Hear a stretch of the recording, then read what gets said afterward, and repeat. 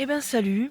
Eh ben voilà la première vraie vidéo donc de les mots sont comme des gouttes d'eau. Et aujourd'hui j'ai envie de parler du paradis. Voilà. Déjà me voilà ici. Hop. Là je suis de retour euh, au centre de Puy-Vert où on trouve un magnifique lac de pierre surplombé, je sais pas si vous le voyez, du château. Est-ce qu'on le voit de là? Je sais pas.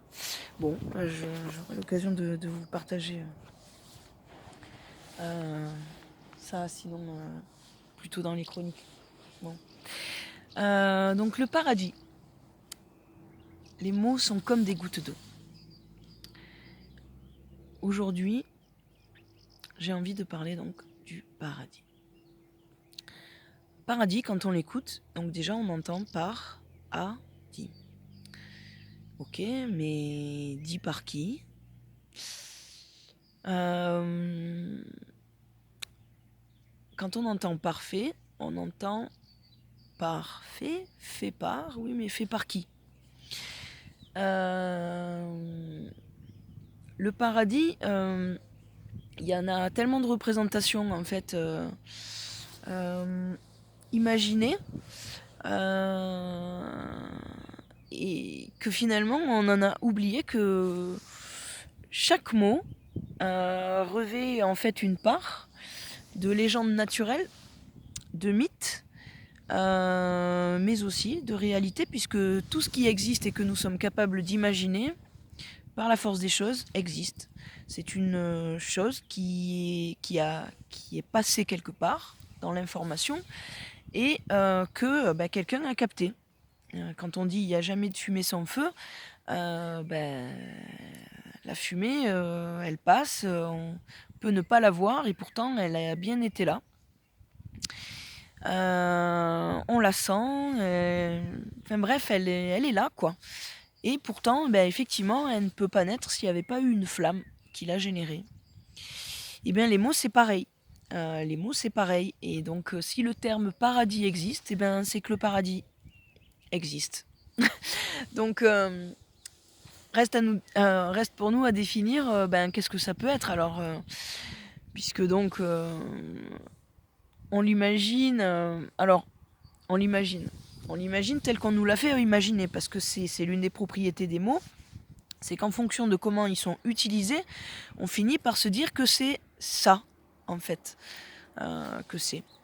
Le paradis, principalement, il a quand même été relayé en fait dans les traditions plutôt religieuses, mais en fait, il a des formes multiples. Qu'on parle du Valhalla comment dire, qui est la version viking du paradis, ou qu'on parle du paradis comme Éden à retrouver parce que tu as une vie de parfait pendant ta vie chrétienne. Bon, voilà. Ça reste toujours un espace dans lequel on se sent si bien qu'on peut y passer toute l'éternité dans la joie, le bonheur, l'amour, la paix, tout ça quoi. Ce que donc bien sûr on peut tous souhaiter. Et le truc c'est que du coup pour y accéder à cette chose dont tout le monde peut vouloir, c'est que on nous a fait beaucoup croire en certaines conditions d'accès. Donc ne fais pas ci, ne fais pas ça, ou fais ci, fais ça, et là tu auras le droit. Sauf que le paradis c'est pas juste un espace en fait sur lequel on va aller si on a gagné le challenge. Voilà, gagne ton challenge pendant ta vie et va au paradis. Wouhou.